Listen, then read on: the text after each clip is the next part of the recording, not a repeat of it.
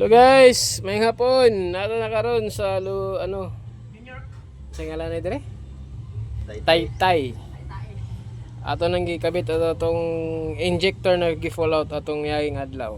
So gibutangan na og gasket maker ni Senior Pablo. May padaon-dahon pa siya. Gaya-gaya siya ni Mats Mechanic. Sa kanya dahon-dahon pero kotse ang inaayos sa amin truck. Ito na nakasalalay na sa kanya yung yung paglagay ng gasket maker kung under ba o hindi. Sabi niya dyan lang daw yung problema sa gasket maker. Pahid-pahid daw siya ng madami para malaki yung labor niya. Yan o.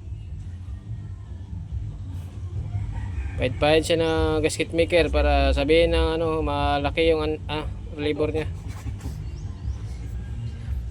Ito, naikabit na natin yung injector. At saka ready na tayo para maibalik yung takip.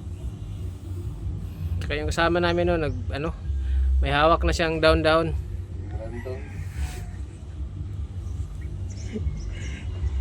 So guys, tapos ito guys, uwi na kami guys. Japan masan. Punta daw sila ng massage. Sabi ng isang kasama ko. Ayan. Kakabit na ng yung niya. Takip. Yan. Baba mo konti. Wait, down. Dandan lang baka matapon niya Tingnan mo baka hindi pumasok. Tingnan mo yung guma baka maipit. Baka nisudlot. Para hindi tayo magbalik-balik sa itong trabaho. Ang bolkol. Balik niya na lahat. Ay, diri na ko na eh. Yung balaga ba? Okay. Kunin ko yan guys. Walk na guys.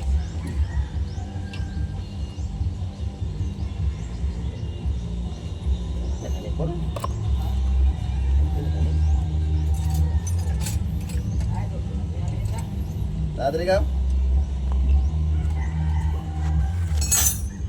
Dito natin lagay ng ating kamera para makita.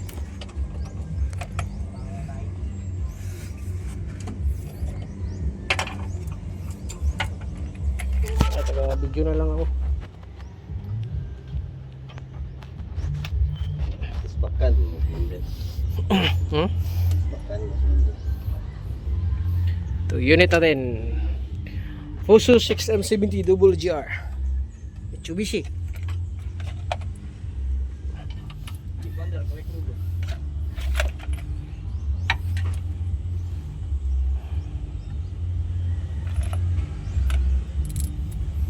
Post na yun.